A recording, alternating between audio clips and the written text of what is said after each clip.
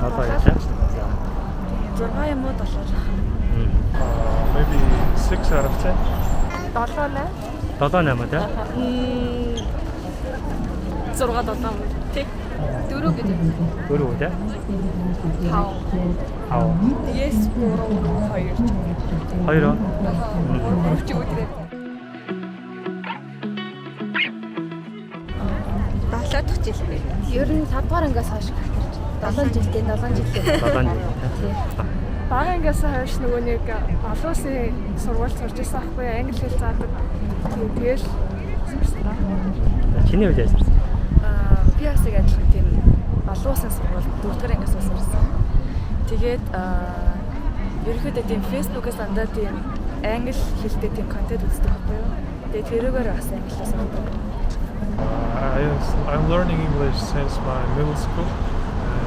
My father and mother is very concerned about my education, so they taught me about it. In my occasion, I just did what I wanted.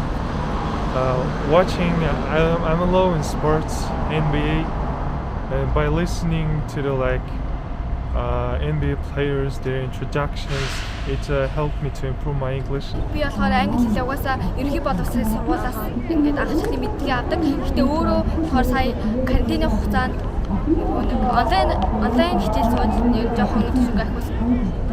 Жоохон сургуулийн сууж. Ер нь бол ерөнхий боловсролын сургуулиас 10 жилээсээ л ер нь нааш нэг мэдлэг авч ирсэн. Бас ингээд интернет ингээд найзуудаараа ингээд онлайнаар найзуудтайгаа ингээд англиар ч юм уу ингээд мессежлдэг. Тэгээд тэрүүгээр бас ингээд юмдаг.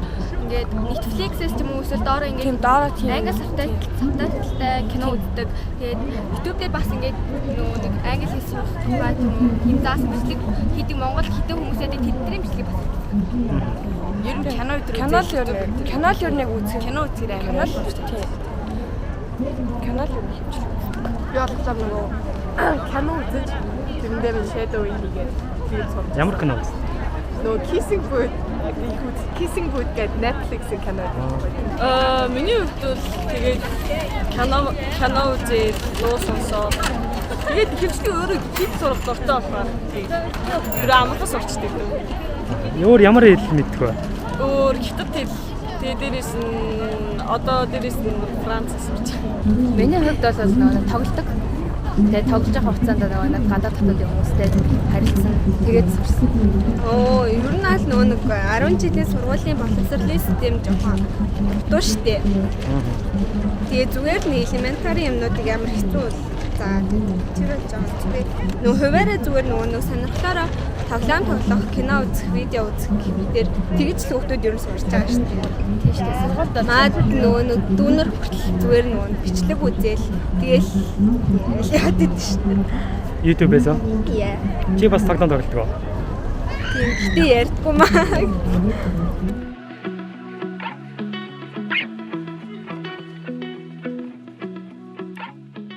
Ер нь айгаа баг гэж боддог шүү дээ. Тийм үү. Хариулаад өгч чадахгүй тэгээд дээш зуртаагаад байдаг хүмүүс. Ихэнх нөгөө нэг судалгаа юм лээ ш залуучуудын одоо нөгөө англитэй гэж өөрийгөө боддог залуучуудын 10% нь яг нөгөө нэг английн IELTS TOEFL-ийн оноотой гэдэг. Тэгэхээр жоохон баг баха. Нөгөө их сургуульд ч гэсэн төсч байгаа хүмүүсийн оноо нь би нэг төвшин бараг хүрдэггүй гэдэг шүү дээ. Тэгэхээр жоохон хэцүү л. Ер нь бол залуучууд нь гайг болсон шүү дээ. Англи хэлээр бүгдээрээ гайг болсон. Тэгэл ер нь одоо ингэж янз бүрийн сошиал медиа дээр болохоор ингээд бүх юмуд нь англиар байгаа. Тэгэхээр ер нь залуучууд нь англиар асуухад бол хариулж чадахгүй. Настай хүмүүс бараг чадахгүй хаа. Бидний аав ээжүүд тэгээ жоохон дээшээ жоохон чадахгүй байх гэж үзэж байна. Гэхдээ зарим нь чадгал. Яг залуучууд нь мэдээж ярьж чадна. Гэхдээ яг бүр амар сайн бүрэн бол сайн чадахгүй байхаа гэж үзэж байна. Тийм бүр яг 100% ингээд сайн тайлбарлаа. Жоохон тар байх. I think it's getting better. People are starting to concentrate on their education. It's like worldwide, all people are speaking English. So I think it's like youths, teenagers are more learning about it. одоо би өөрөө солонгостоос амьдардаг. Тэгээд яг солонгос хүнийг бодоход монгол хүний хувьд нөгөө дүрмдээ бүр амар төгс биш ч гэсэн Явэний хувьд бол чөлөөтэй явж чаддаг гэж бодсон. Гэхдээ нөгөө бусад гадаад орнууд болохоор дүрмдээ анхаарад Явэнд анхаарад байдаг бүх монгол хүн болохоор тэр Явэний тэр чөлөөтэй байдалд аваа ихтэй байдаг гэж юм шиг байна. Яг ингээд гадны хүрээ зүг зүгээр ингээд явж байгаа хүнээс асуух гэвэл тэр хүний яг ингээд яг таг зүг за замын заад ингээд ер нь итгэх байна. Итгэл байна. Би л амар муу ялгаа.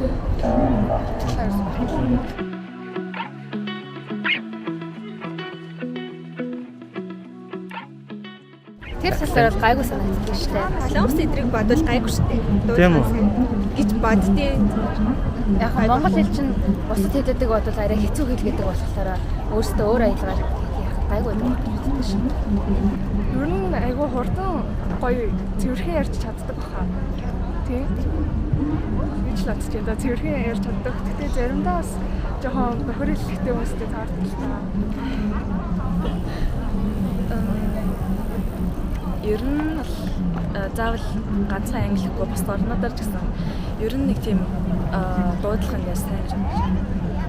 Ер нь Европ хэлийг суухад бусад Аз орноос бодвол арай жоохон чадварлаг явж чаддаг гэж боддог. Бусад Аз орн чинь нөгөө солонгос молонгос яг таны ярьснаар яг дуудаж чадахгүй өсгнүүд байдаг болохоор яваа мээрэ гэж. Миний хувьд тийм ерөнхийдөө бол яа бас адилхан бодолтой юм дөө. Надад бол амар сайн гэж боддог.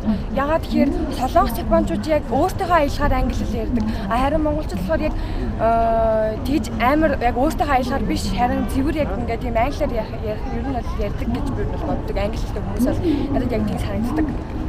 Англиар бол нэлээд сайн сураад ярина гэвэл ер нь надад амар сайн санагддаг.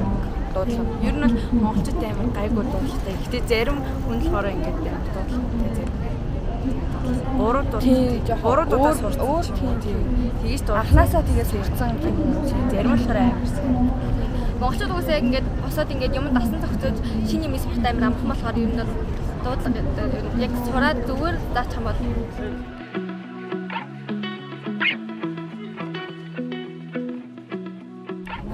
ер нь жоохон муу л гэж боддог. Ер нь сайн зарим нь бол амар сайн сургууль дүр нь байдаг. Гэхдээ ерөнхийдөө бол яг дунд нь гэвэл ер нь яг Тэгээ зарим ингээд багш нар амар. багш нар нь зөв багш нараас багш нар ингээд амар дуудлага мот байгаа. тийм дуудлага айгүй муу. Ер нь одоо сургалтыг сайжруулах гэвэл юунд анхаарах хэрэгтэй бол одоо яг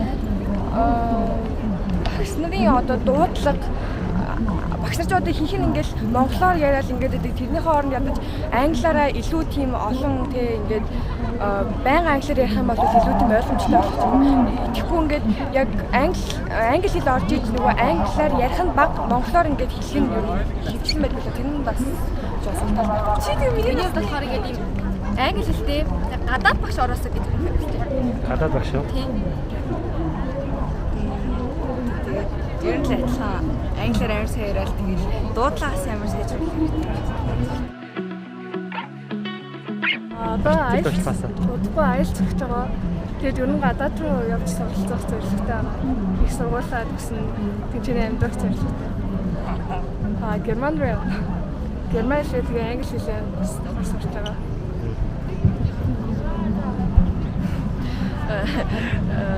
Би бас аялал заавал тэгж байгаа дүгэн. Тэгээд гадаад руу гэх юм бол солонгос руу явах төлөвлөгөөтэй байгаа. Тэгээд тэрэндээ ороход бол солонгос хэлээ бас англи хэлээ сурж байгаа. Би бас гадаад ер нь бол төгсөөд ер нь бол явах бол болж байгаа. Би яг Америк яг явах гэсэн төлөвлөгөөтэй байсан. Тэгээд гэтээ төлөвлөгөө өөрчилж магадгүй байх. Гэтээ ерөнхийдөө бол яг Америк хэл явах гэж байна. Би бас шивэд явна.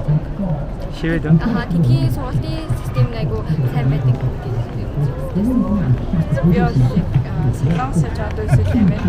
Тэгээ одоонд яг амар тийм шийдэг. Надад бол ингээд цаг хугацааг ингээд хитрхи дэмээ өртсөн санагдав.